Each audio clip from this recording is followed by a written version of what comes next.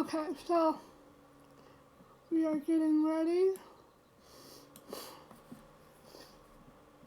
We tried to unzip it and it took a little bit, but yeah.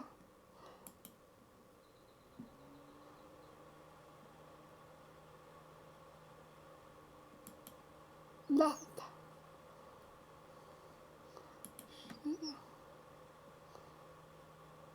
Oh, there's a character creation. Like that.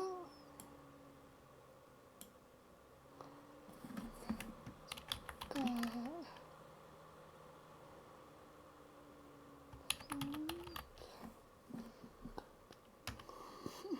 10 days left until your wedding. Oh shit.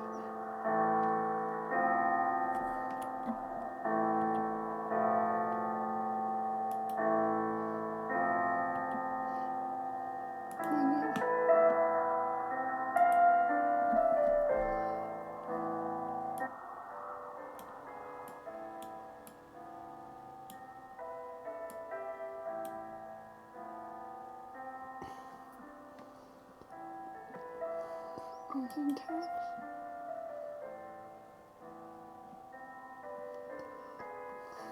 Okay, speed attacks.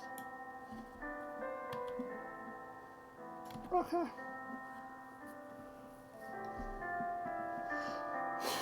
Okay, not exactly your favorite, huh? Dog. Winter. Not your exact. No, it's my favorite. I don't know what you're talking about. Hello, hello. Though you always found it soothing to watch snowflakes slowly fall and evaporate against the warm glass of the window. You were never one of the children that were born in this life.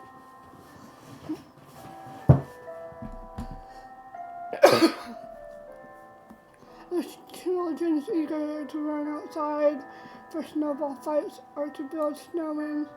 Your nanny said your overprotective parents wouldn't allow it because of your frail health. You didn't feel particularly disappointed. Oh, that sucks.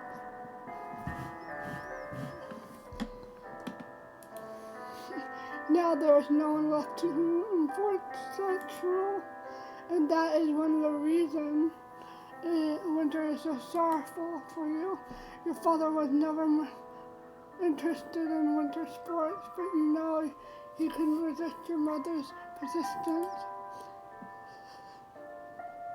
The persistence ultimately cost them their lives when the ice on a frozen lake suddenly gave way beneath them when they skated. By the time they were pulled out from the water, it was too late for anything to be done. As you touch the gravestones, even through your gloves, you can feel the freezing cold of the marble. It's been 5 years since you lost them. Mother, Father, I miss you so much. If only there was a way to stop that accident, to turn back time. Is this going to be one of those things? But that's impossible anyway. I brought you some beautiful flowers. You carefully placed the white lilies on the grave. Speckled here with a patch of snow. The harsh snowflakes sting your face, threatening to bury the flowers completely under the white blanket. Before long, goodbye. Feeling the need to leave, you cast one glance at the graves. In a blink of an eye, the white lilies are no longer white, but soaked in a vivid of crimson blood, seeping from the grave itself. What? Your heartbeat quickens and your breath forms a white mist that the clouds your vision. Ooh, are they gonna come back as zombies? Even so, the red is so intense that it overwhelms you, your head spinning, your knees buckling. Oh no, I think we're having a panic attack, or we got issues, some type of, I think maybe schizophrenia here. Just as you're about to collapse, a strong arm catches you by the shoulder. Turning your gaze, you find Tristan standing behind you. Your butler, oh damn, I thought he was going to be our husband. Okay. The attentive shift between you and the grave as trying to discern of the source of your distress. There's no trace of alarm or confusion in his demeanor. Frantically, you glance back into the grave. The lilies are white as you left them. No traces of blood remains. Are you alright? Okay. Let's get on my voice. Are you alright, my lady? Is there something the matter? I'm fine, Tristan. Just a little bit dizzy. That's all. So then, a fleeting hallucination. You can't exactly say it's the first time. You never fully recovered. Since losing your family, you must have been affected by the cold. For a moment, you can't help to feel uneasy at the way his gaze sharpens as if he's aware of what you were thinking. Now is certainly not the time to meet another new doctor who promises to cure you with their sedatives. Thankfully, the familiar steadiness in his voice soon puts you at ease.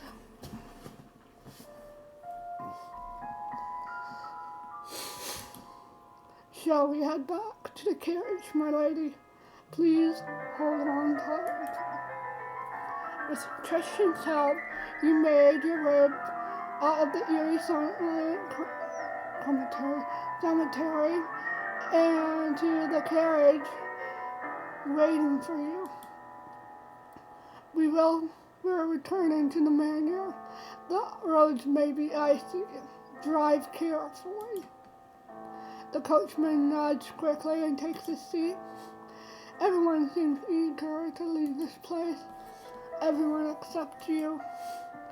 Your attention momentarily distracted by the stark white of the glove covering Tristan's outstretched hand as he helps you back into the carriage. White lilies were your mother's favorite. You recall she always picked the most beautiful ones from every bouquet and tucked it into your hair with a smile. But after that hallucination, it's perhaps best to choose a different flower for your wedding bouquet. You don't want to falter at the altar and embarrass yourself in front of everyone. My lady, if you could hurry. I think I dropped my handkerchief at the grave. Feeling a flustered expression, you push your hand against your bag. The handkerchief is right there. If you leave a message with the caretaker, it should reach the manor in a few days. Oh, but it was a gift from Oscar. You notice a momentarily pause in Tristan's expression, unaccustomed as he is hearing you mention your fiance's name so openly. I'll fetch it immediately, my lady. Please wait in the car. Now let's go together.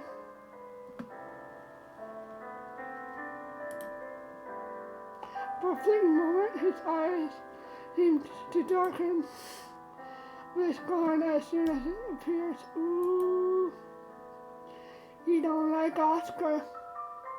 Based on the impressions you are gathering, during Oscar's rare visit to the mansion, you are aware of obvious tensions between your butler and your fiancé. That's why the sudden change doesn't surprise you. You know, Christian, known for her calm demeanor and logical approach, isn't exactly pleased with your request, but refusing you isn't an option. As you wish, my lady, if you'll excuse me, without waiting, you adjust the loosened collars of your coat with practical air. Unlike you or the coachman, he seems completely unaffected by the cold. In moments like this, you can't help to wonder if he truly is. But once he's finished, Titan turns to the coachman. Keep the horse ready. The coachman silently nods, betrays his discontent. But whatever the case, you'd rather be anywhere than in Tristan's place. The sudden violent gust of wind forces you to cling on Tristan tightly, relying on his strength and warmth as much as you can. When you reach your family's grave, nothing appears out of the ordinary at first glance. We must move quickly, my lady. The weather is worsening. You know he's more concerned about you than himself. You can't help to celebrate yourself for your impulsive decision. Perhaps it's really time to meet a new doctor. The handkerchief isn't here. Let's go back. Wait a moment, Tristan, what is this flower? I missed the bouquet of white lily you left in the grave. You easily scattered by the wind. Vibrant one flower stands out. As he pulls it free, Tristan's eye narrows slightly. It appears to be a crimson lily, my lady. The hallucinations you saw earlier flashes vividly in your mind, sending a shiver down your spine. But what is it doing here? It most likely mixed in by mistake when the bucket was prepared, my lady. You reached for the crimson lily in its hand and examined it closely. It's identical to the white lily you selected for your family, except for its color. Oh no, I remembered the bouquet perfectly. This isn't possible. In this case, perhaps it was blown here by the wind from another grave. Look, all the flowers on that grave over there is red. Curiosity and determination compels you to rise on your tippy toes, trying to see the grave Tristan is pointing out.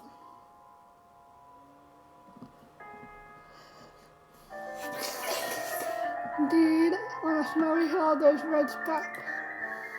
But you are not convinced, as Tristan, that they're the same flowers or even flowers at all. At that moment, your careless stance catches up with you and your foot slips. Ah! In desperate attempts to keep you from falling, you grab into Tristan's coat. For the first time, you manage to catch him off guard. His typical ridge posture wavered as he leans towards you. You find his face suddenly dartingly close to you. But his lips remain perfectly composed. His golden eyes flicker as an unusual, unreadable glimmer. If important to you, my lady, I can inspect every grave here one by one. Your entire body heats with mortification, enough to make you momentarily forget the cold. With this help, you manage to regain your balance once more. Don't. It's cold. No, it's not important. You've been foolish. There's no way you believe the white lilies you left behind have changed color. As you take Tristan's offered arm, you feel some new embarrassment mixed with unease. Those feelings stay with you until you settle back into the carriage, waiting at the entrance of the cemetery. The warmth of the enclosed space offers only slight comfort, especially with Tristan sitting directly from you. His presence is a constant, and his sharp eyes ever watchful. We need to decide. Yeah. You're aware of the situation. Traveling alone with a servant is hardly appropriate for someone like you. But since Tristan's arrival, he's been far from an ordinary butler to the other staff and you.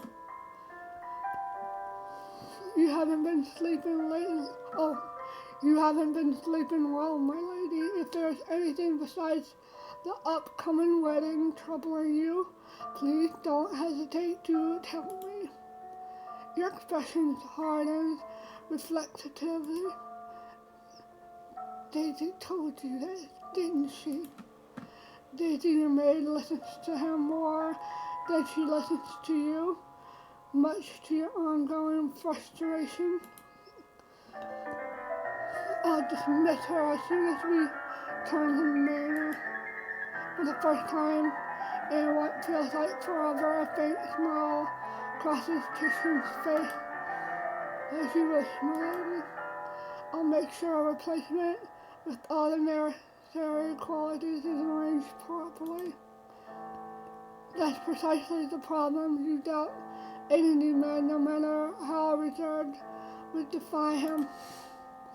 Tristan is too commanding for a servant, and you far too compliant for a master.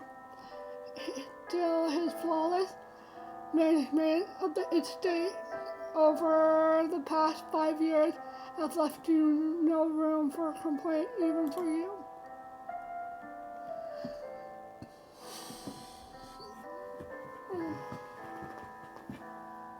Oh, trying to get comfy.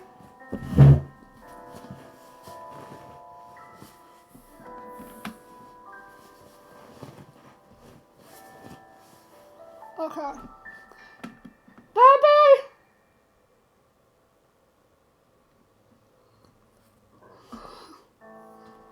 The sound of snow, of hooves crunching through the snow fills the silence. Wolves, my lady, you asked what was keeping me awake at night. Tristan narrows his eyes slightly. I see. The howls from the forest are near the manor, perhaps. It feels like they're howling louder than ever these nights. I'll arrange for the hunters from a nearby village to deal with it, my lady. You needn't concern yourself. Thank you. If that truly all that keeps you up. Your voice rises unintentionally. What do you mean by that, Tristan? Perhaps you should reconsider postponing this wedding, my lady. I only suggest this because winters are particularly hard on your health. Forgive me if I overstepped. Your brows knit together in irritation, yet you can't immediately find the words to refute him. Oscar is a noble alpha, and you noble omega. I don't like those. I mean, I like the alpha, but the omega, no.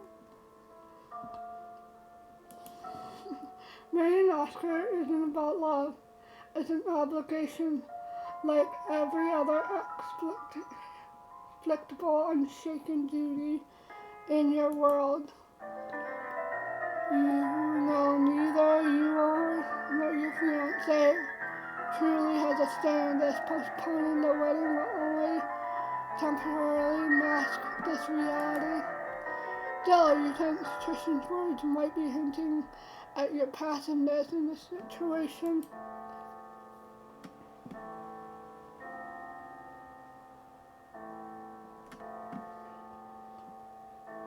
Thank you for sticking with me. Since you avert your gaze, you can't quite make out the expression on Tristan's face. Oh, my nose is like a little bit clogged. However, the unusual soft tone in your voice proves that he's only thinking of you as a good steward would. As you wish, my lady. Everything will proceed as it should. I want to marry him. I like this over here. As time passes, you hear eerie creak of the wrought iron gate surrounding the estate grounds. The sound signals the end of your journey. Descending from the carriage, you clutch your bag tightly. Hidden beneath your handkerchief lies a crimson lily you found at the grave. The dark silhouette of the mariner greets you with all the gloom in the middle of the winter landscape. This is my favorite time. Winter, it's beautiful. Really cold though.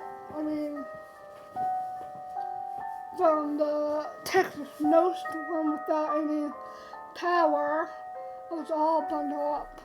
It was horrible. Couldn't move without like shaking really, really bad.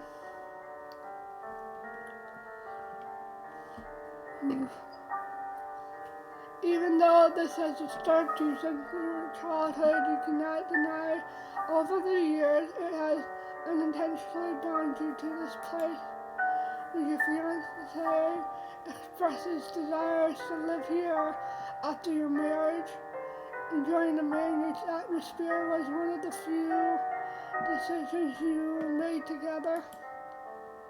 Due to its age and size, the manor has never adequately warmed or well lit. As you step inside, the familiar sense of comfort and security relaxes you. Your maid Daisy hurries over with a quick step to help you out of your thick outerwear.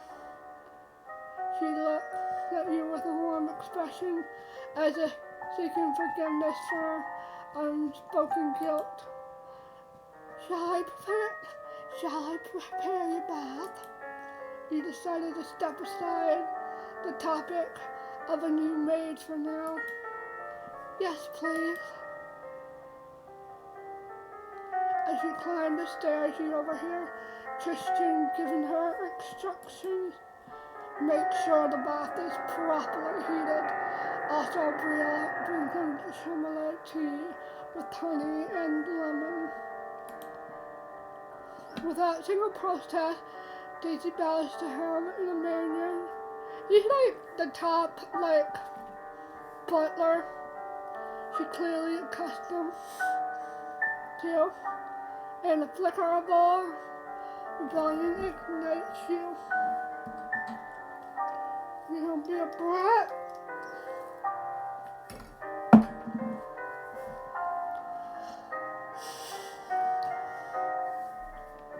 Are we going to be a brat? However, this extinguishes as soon as you step onto the corner of the top stairs, headed to your room. You are too tired to challenge the established order of the manor. Its fatigue has been intensified in the recent days of robbing you of your full sleep.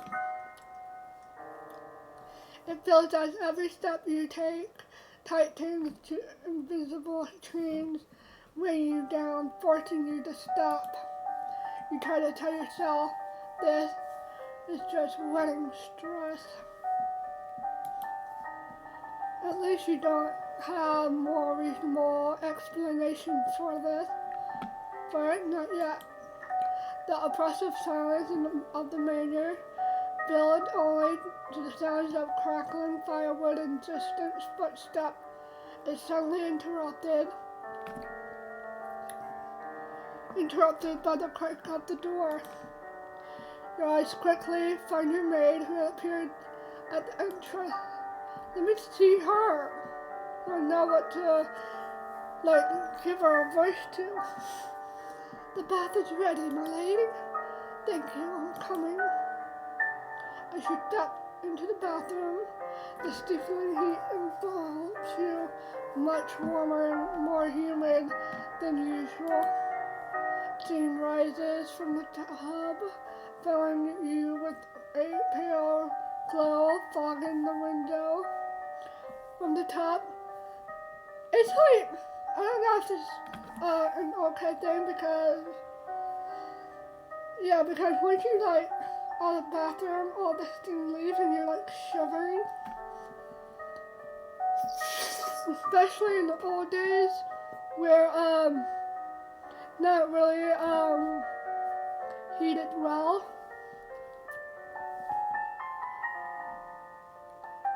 When the steam rises from the water tub, filling the room with a pale glow and fogging the windows at the top of the bathroom. How's the temperature, my lady?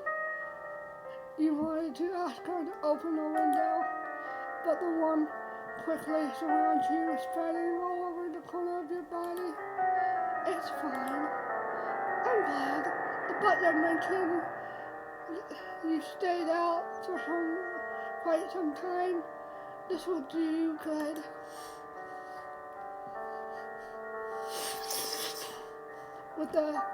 With Daisy's help, you managed to easily slip out of your clothes. With Daisy's help, the ties of your clothes loosen and fall away. Unconsciously, stuff in a short time.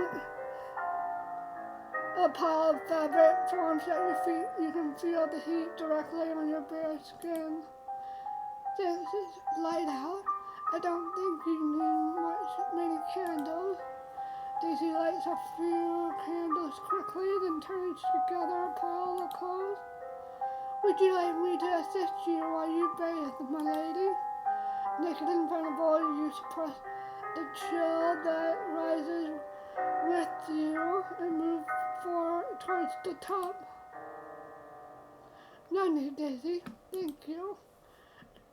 Don't forget to drink your tea. The closing of the door echoes in the room as Daisy departs. Slowly lowering your body into the warm water, you sink entirely into the tub. I feel that we're going to have a panic attack or something soon.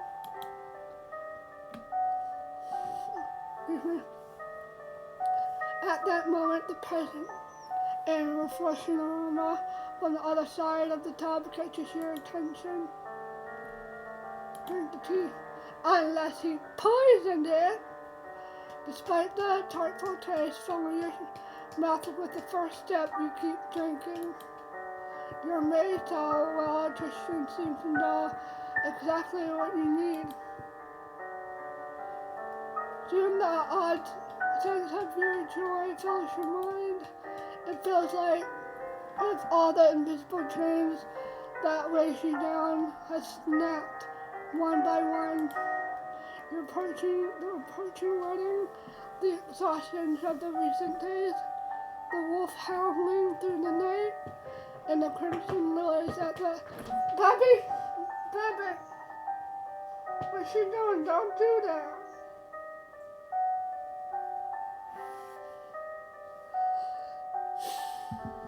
Crimson lilies in the cemetery. The snow white winter is beautiful. No? I was wondering how you were, baby. Yeah.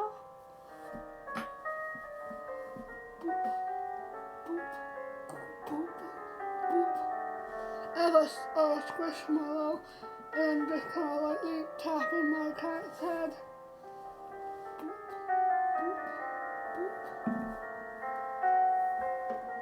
All of it fades into the distance into distant memories in your mind. Your entire body envelops in a sweet, lethargic sleep as you close your eyes with that pleasant, sorry to catch in the way, invisibility. Oh no, we're gonna drown! You taste peace.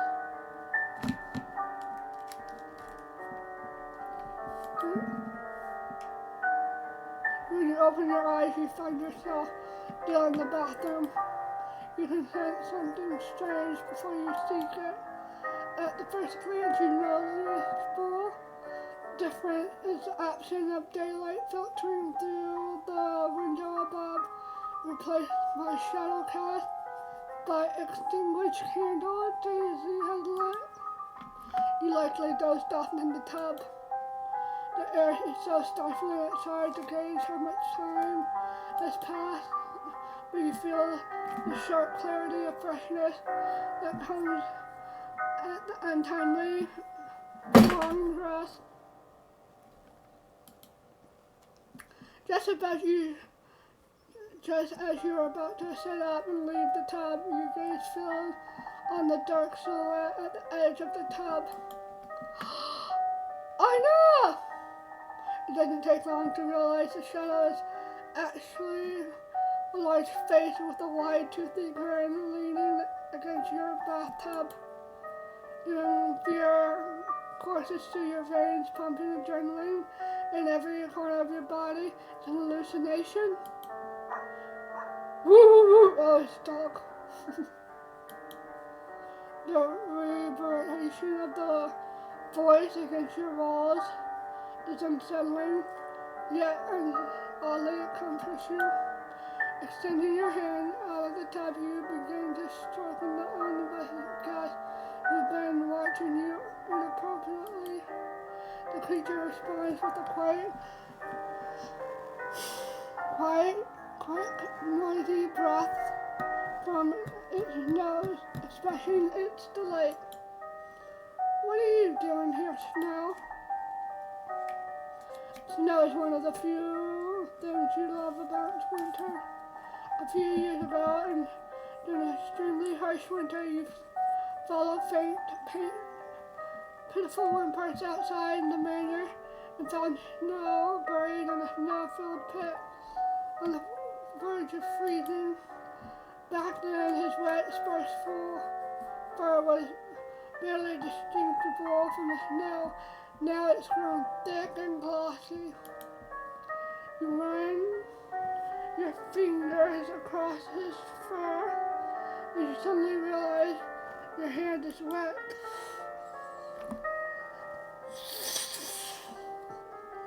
You pull your hand back. You're soaking wet snow. Have you been rolling around in the snow again while I was gone? The discovery damages your mood. You can't help to grumble.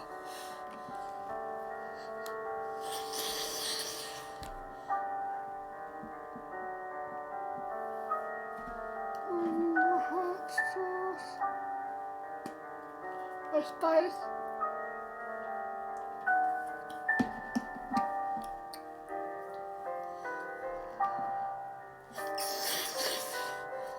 My nose is feeling How could they let you outside? You can't even count how many times Snow slipped out to the forest without anyone noticing. If there's one thing you remember clearly, it's a warning everyone in the manor about this repeatedly.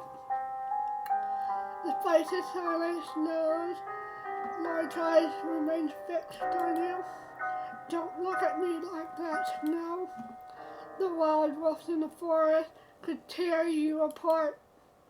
As you move your hand away from the tub's edge, you notice a trail it leaves behind.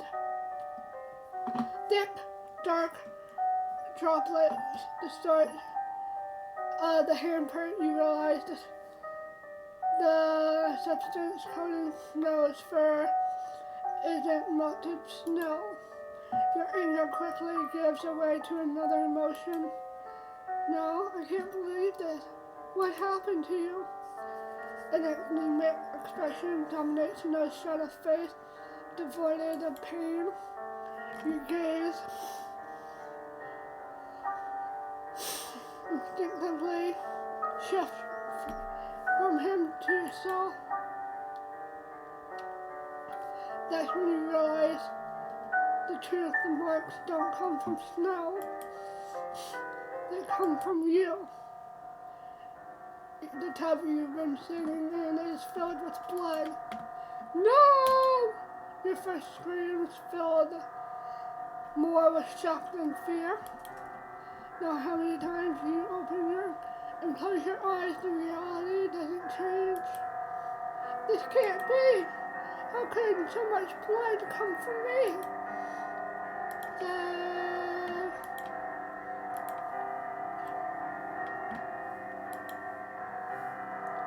You're absolutely certain you don't feel any pain.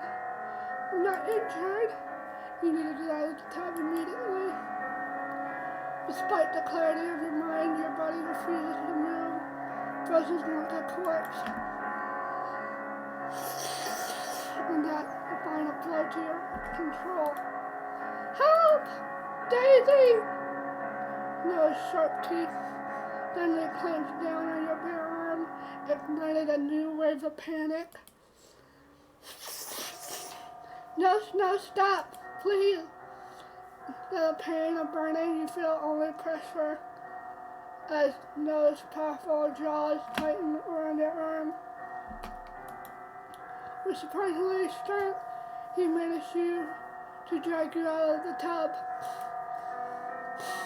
No, let me go.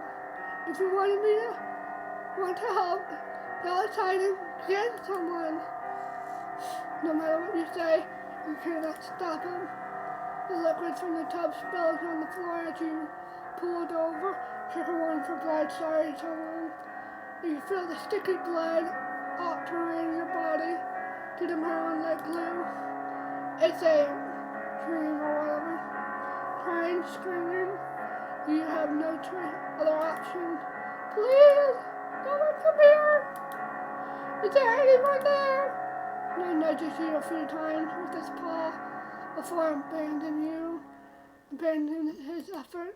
He circles you in a strange panic, letting out low antagonized whine. The stiffness and the coldness envelops your body. The blood-filled tub, your unheard cries, and no pain's howls ignite one singular thought in your mind. As if you try to escape reality, you let out a final desperate cry. Tristan! Tristan! Tristan! Your voice cuts off abruptly. You have no means left to call for help. At the same moment, now gives you fertile struggle and collapse, hopeless to the floor. In shivering silence, you see the shadow in the bathroom multiply, cold darkness and silence. It feels like the beginning of eternal sleep. However, everything changes in an instant. The sounds of hurried footsteps echoes through the manor, fills your ears, your heart and senses come alive. The footsteps rapidly approach the door when they creak open with a terrifying screech. My lady, it's me! The shadow grows larger before your eyes obscure your vision. As you wait in anticipation, the softness of the towel dampens your skin, reaches you. Immediately after, strong arms lift you effortlessly off the ground. Everything's fine, my lady. I'm here. Don't be afraid. This does sound like a command. His words softly slips into your mind, silencing the unconditional orchestra of fear inside. Suddenly you feel the weight of the breath you're taking as stiffness in your body quickly dissolves. The involuntary ache spreads through your muscle. A warm shiver runs through your spine from head to toe. What happened here? It's freezing here, my lady. Are you alright? The light from the doorway stings your eyes. Inside you can make out Daisy standing at the door with a lamp and head, scanning the room in astonishment. The bathtub, the weakness sounds escapes your parted lips. Your neurotition turns his gaze to Daisy. Check the bathtub. You see Daisy hesitantly points up her lamp at the tub without fully understanding what's going on. Is it not blood? The water has spilled out of the tub and it's gone cold. Water. The quick realization ignites everything you thought had calmed inside. The time you were sure you weren't hallucinating. No, impossible. Tristan, put me down. Tristan's amber eyes narrowed in suspicion. My lady, I said put me down. I'll check the tub myself. Let me go. Your patient outburst John's quick, startled whispers, making you aware of the specter at the doorway. If anyone in the menu could hear you, why didn't they take so long to arrive? Deciding to leave that question politely focused at the moment, Tristan finally complies and slowly sends you down from his arm. You take your intimate steps towards the tub, determined. Handing you the lamp, Daisy murmured hesitantly, "What's the matter, my lady? Did you see him now?" Ignoring her, you firmly direct the lamp directly at the bathtub. Even before you do, the faint glimmer of reflection from the floor proves that not only the water has spilled from the tub. Looking inside confirms the same. The blood that filled the tub moments ago, not even a trace remains. Everything that just happened was nothing more than another. No matter how vivid and terrifying it felt, you refused to believe it. Tristan's calm but stern voice breaks the silence. Did I assign anyone a task that required standing idly at the door? Am I mistaken? The shadows at the doorway quickly scattered as his tone softened slightly, directly to you. You must have had a nightmare, my lady. I think you're right. Please don't be upset. It must have been caused by a sudden change of the temperature. Despite the dim light, you can discern hardened lines on Tristan's face. Luckily, they're not aimed at you. How could you leave my lady alone in the bath for so long? You weren't even aware the fire has gone out. And the Tristan's icy gaze, the poor servant's face turns to crimson. Just never leave my lady alone under any circumstances, or you need to find yourself a new place to work. What are you waiting for? Take her to her room immediately. Help her dry off and get dressed, and make sure that she hasn't been hurt. Not wanting to stay a moment longer. longer in the settling place, you hurry to leave. You're just about to step out of the room when the shadows in the corner moves and lunges at you. Woof, woof, woof, woof, woof.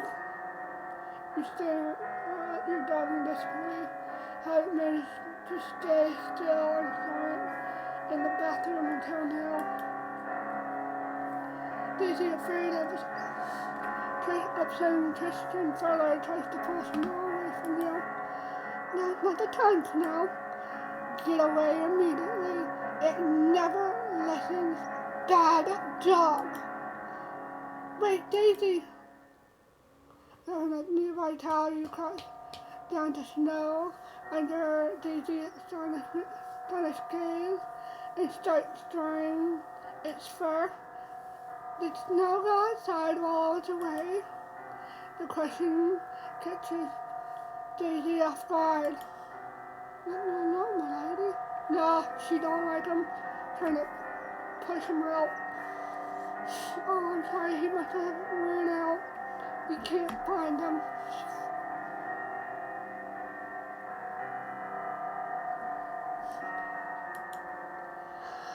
Oh, this is like, as Tristan approaches, you see her lower her head anxiously, unable to say more. You're certain she's hiding something, though you don't want to interrogate her in front of Tristan and prolong the tension of the evening. But then you notice it starts standing on the towel in your hand.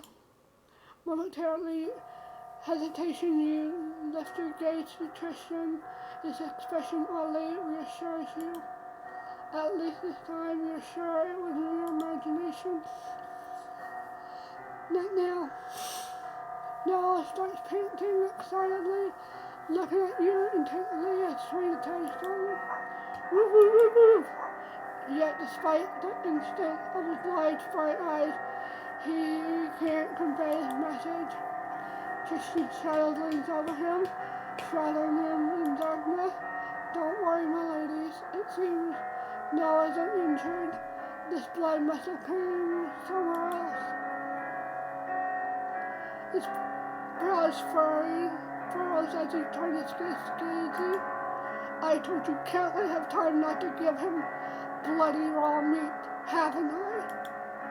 You know it's one of Tristan's role to tame Snow, who already looks wilder than an ordinary dog. Though you believe there isn't an ounce of sovereignty in Snow, you never opposed to Tristan on this matter, especially when he always claimed Snow was unsuited for life in the manor. It must have been a kitchen staff who gave it to him. I don't know anything. Truly, my lady, no use trying to get Daisy's pleadingly gaze as hard to ignore.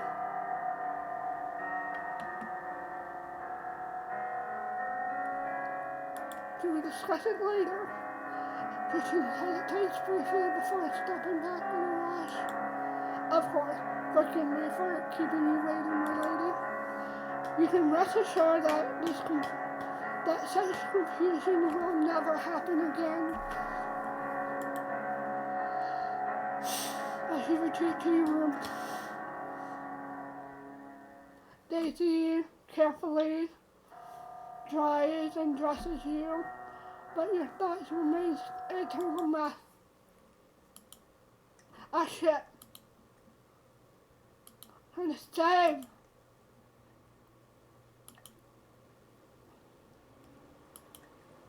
You can barely follow her words as she continues, her gaze filled with gratitude, never leaving you. Believe me, my lady, I came as soon as I heard your voice. I just wanted to tidy up your belongings while you were bathing. I noticed one of your perfumes was almost empty, so I went down to the servant to order a new one.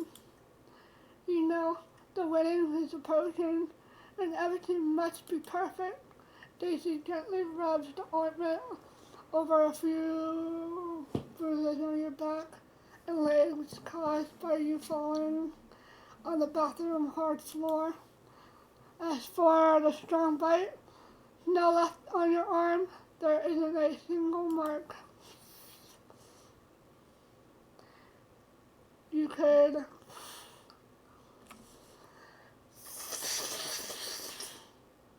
off my nose.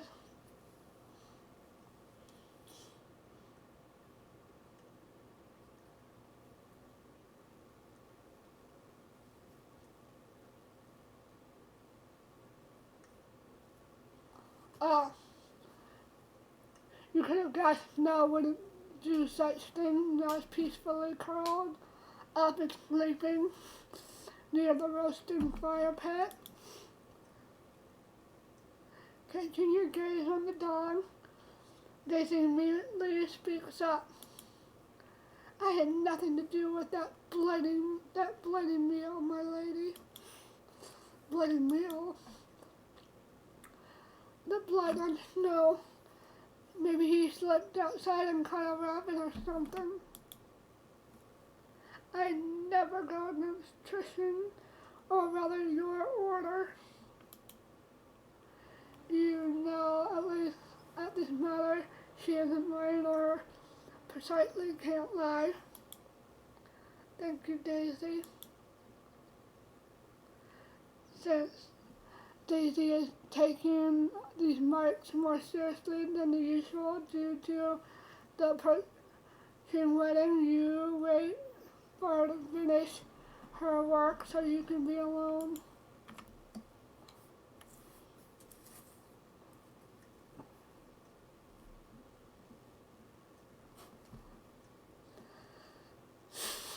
Afterwards, you try to process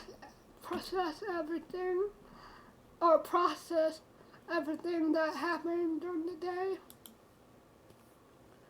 After all, you need to make a decision eventually. First the blood-stained lilies at the cemetery, then the blood-filled bathtub. They're quite different from the hallucination you experienced before. That's fine. Finding a solution doesn't seem as easy to you as you hoped.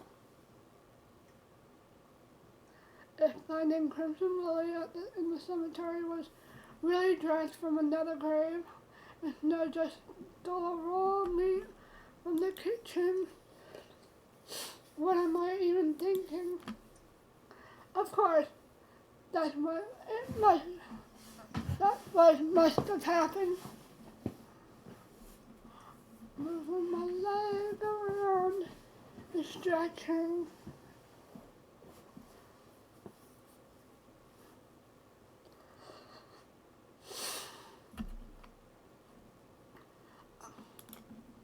You try to push these nonsense thoughts aside and focus on the upcoming wedding and the details demanding your attention before the sleep overtakes you. In the middle of the night, you slip out from beneath your heavy blankets, unsure what woke you. You approach the window beside your bed and peer outside. Let's see the outside, please. The dark forest starting where the high garden wall ends. It's cloaked in eerie stillness and silence. None of the wolf howls filled that recent nights reaching your ears now. Stepping away from the window, your gaze returns to your room, warm and bright, lit by a what the fuck? Oh. Brightly lit by the cracking fire pit. Daisy insists on not leaving you alone. Sleeps peacefully on the chair by a fireplace, her head resting against its back. Curled snow is curled up at her feet, shares the same tranquility. Despite these nightmares you experience in the bathroom, you desperately need peaceful sleep you found here. You start thinking of something that could help achieve it. You consider what might help and think chamomile tea is your best option. At least for now, a hot bath is out of the question. Not wanting to disturb Daisy's sleep, you decide to head to the kitchen. Someone there is bound to be awake and preparing for the day ahead. As work in the kitchen starts early than the rest of the manor, wrapping yourself in a robe, you step quietly into the hallway. I guess we're not going to ever see her.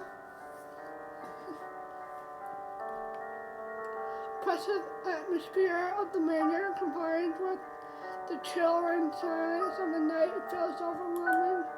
You quicken your pace as you descend the stairs, head towards the kitchen. But despite the lit lamps and boiling pot on the stove, the kitchen is empty. Your steps almost instinctively lead you to another side of the kitchen, to the open door leading to the corridor where the storage rooms are located. In the dark hallway, you easily spot only door jars, light spilling through its gaps. All of these sounds are coming from inside. Moan perhaps warn you from against punching all day and doing it. The thing you are certain of that Tristan is in there.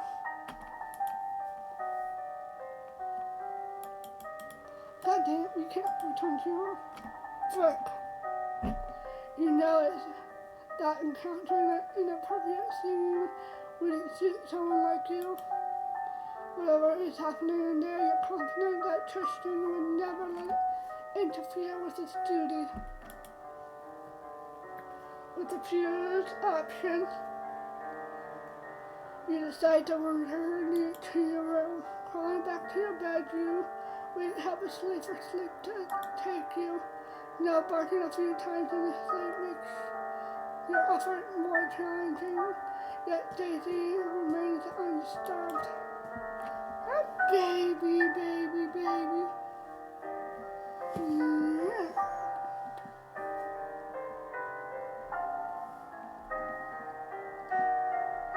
Hi, baby. Eventually the room starts to brighten with the first light of dawn. Your eyes finally close, only to be opened just a few hours later. You survived the day. Yay! Safe.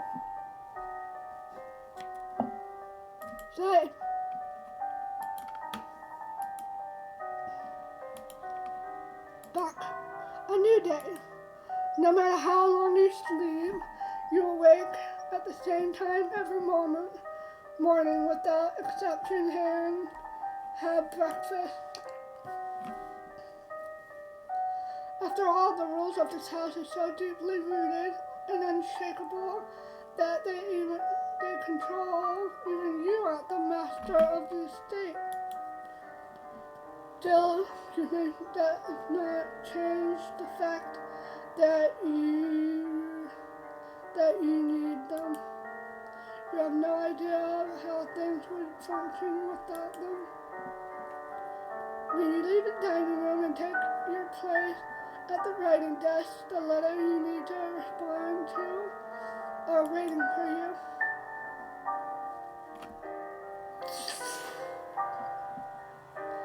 The winter months and the estate, as it lands, are wrapped in an even deeper silence under the weight of snow. No sound of heavy door knockers announce the visitor, no distant rumbles of the carriages passing by.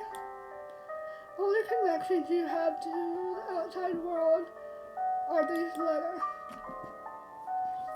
During this season, there are usually so few that are reading them every couple of days delivers the necessary reply to Tristan before noon as a simple and routine responsibility. With an ornate letter opener passed down from your father, you slice through the envelopes and glance at their contents with the ease of habit without much thought. Kellogg's from the boutique in town. You're certain your wardrobe has undergone enough changes due to the wedding, hunting invitations from neighboring estates. You never found fox hunting in the cold to be an enjoyable activity. From the note and maternal relatives offering, they regret for being unable to attend their wedding and sending well wishes.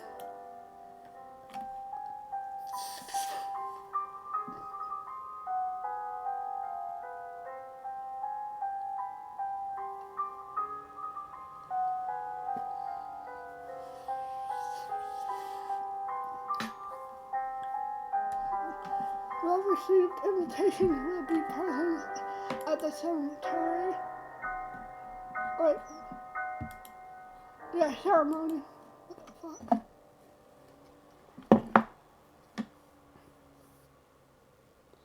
I've got your burger. Given the distance, there are collective deaths to undertake such journey in the winter is understandable. Not that it makes much of a difference to you, you merely fulfill your duty as expected. The brief update from your lawyer awaits your instructions regarding a few minor issues relating to the properties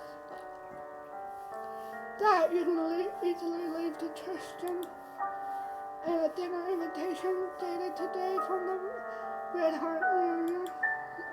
The Red Hand Manor belongs to the closest neighbor, the fiancé and his family. For the past few months, you have politely declined every invitation you received, citing poor health due to the season. For a moment, you considered doing the same with this one. After all, the letters state that a merely small, intimate dinner ink spills from the tip of your pen onto the paper, forming a series of well-rehearsed words, apologies, and refusals. Just as you're about to finish your letter, you hear a knock at the door, and you lift your head. Tristan, come in. Oh, no, Daisy and the dog. Contrary to your expectation, is not the butler who enters, but your maid carrying up a silver tray, followed by closely by Chanel, who dashes into the room. Woof woof. I got you tea and some refreshments, my lady. You try to recall when you made such requests, yet you attempt to remember. At the moment, before it grows hazily in your mind, you forget why you were writing the letters in front of you in the first place. Seeing the bewilderment on your face, Daisy's eyebrows lifted in alarm. Last time you said a single plate of refreshment would be enough as long as there would be no guests. Or at least I thought that's what you said, my lady. If you prefer, I can ask them to prepare a large serving tray right away. Your dog, after allowing himself to be petted for a while, devouring the biscuit Daisy accidentally dropped on the floor, quickly moves away from you, heading to the burning fireplace. You shake yourself as if rousing from sleep. The letters are petting your dog and Daisy arrival with the tray. All of it reemerges in your mind, nothing more than links to a chain of routine, a cycle that repeats without need of any request. Now, Daisy, thank you for doing exactly what I asked. But what about that moment of forgetfulness? It feels like the exhaustion in your body is seeping into your mind. You push aside and return your letters without delay.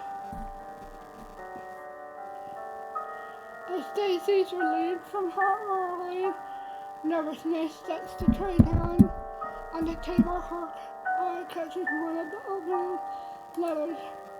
Her disconnected voice slides through the quiet ambience of a small, sturdy lead blade. Oh, I didn't know you were around, dear Lord Oscar. My lady, please forgive me for interrupting. Fortunately, the words penned lacked the romance and passion that she'd likely imagined. You will wear how Betta's romanticizing omegas and alpha marys, envisioning them as bonds of perfect compatibility and intense attraction and unwavering devotion. Yet in reality, these unions forged for power and status requires no such condition.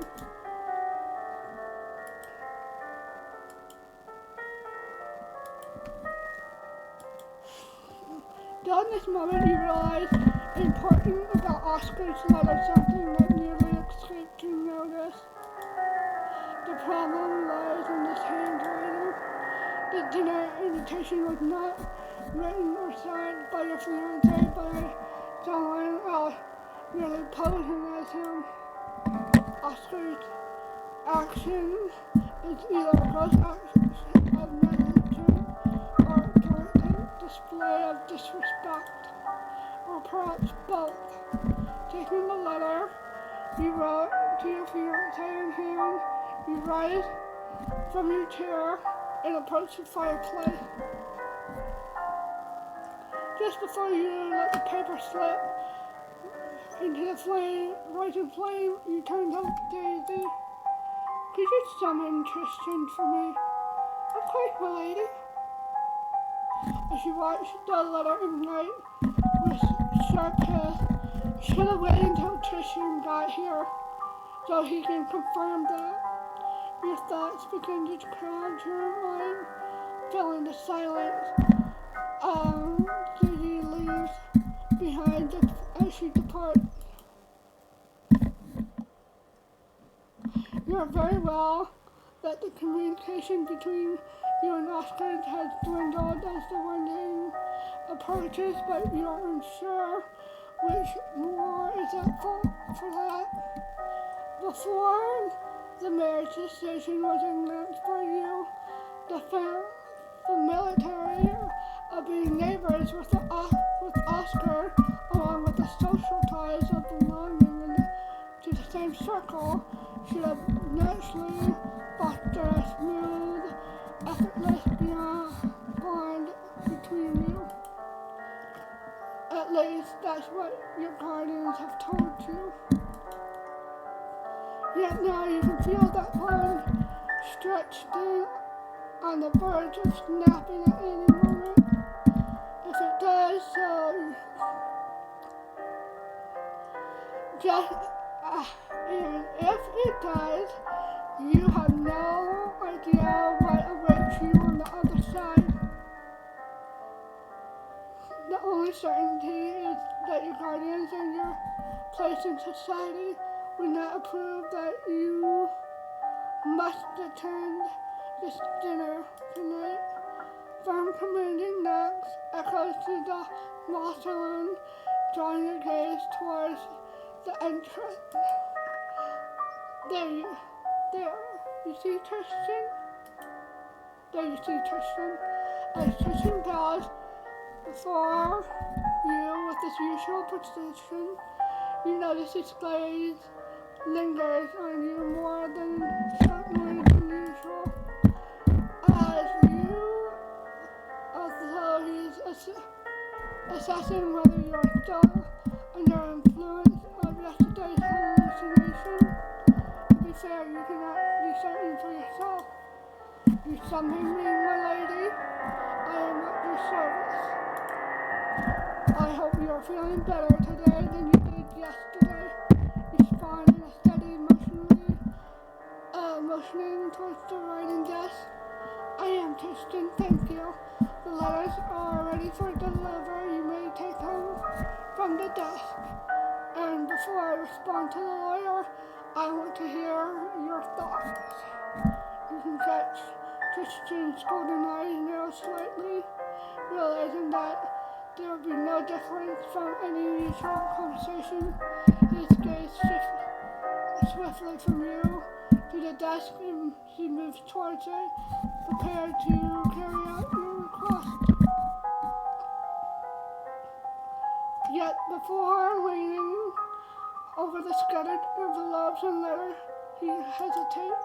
You have no doubt that Daisy has already informed him what transpired. The letter from your fiancé, your response, and the fact you burnt it. The lawyer's letter is in the corner.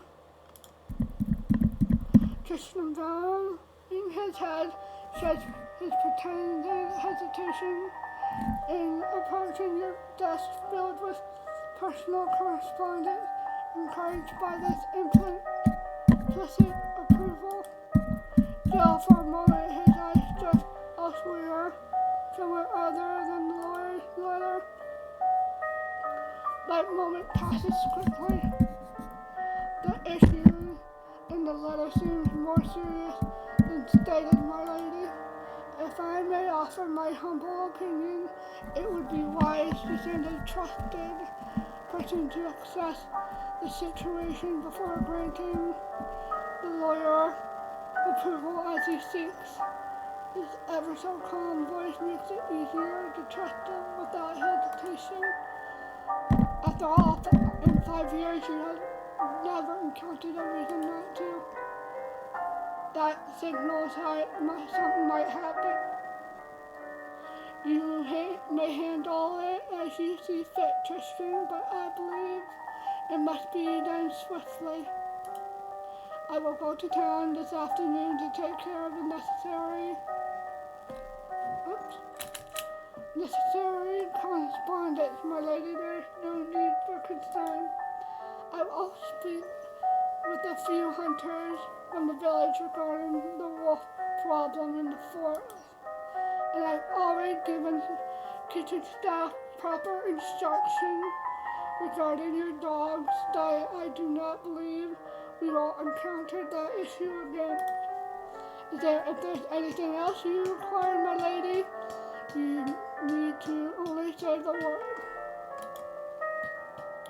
In the silence that follows, the soft rhythmic breathing of snow dozing by the fire fills the room. It's clear that with all these tasks, Tristan will not be able to accompany you to the Red Heart Manor tonight, though you are not accustomed in traveling alone.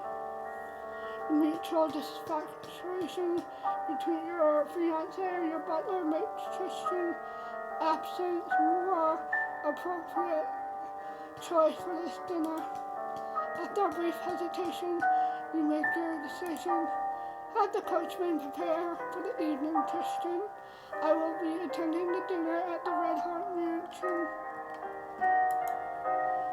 For a fleeting moment, something like a surprise flashes through Tristan's golden eyes, an expression you're not used to seeing from him. Yet his voice remains composed, unwavering. Forgive me, my lady. Did you mean this evening? I did. Please, the key task.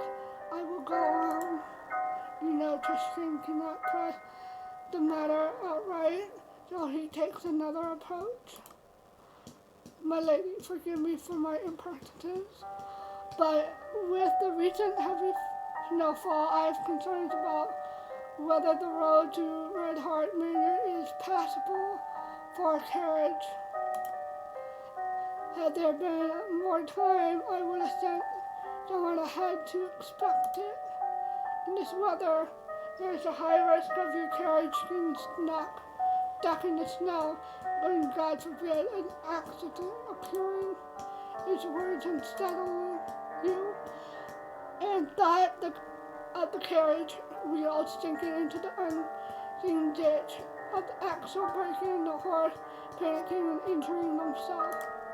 For someone who does not enjoy travel to begin with, there's no mere inconveniences. They are a nightmare, especially given your recent exhaustion and the hallucination. But the dinner is important. You must see your fiancé soon before the impression that you've neglected him takes root.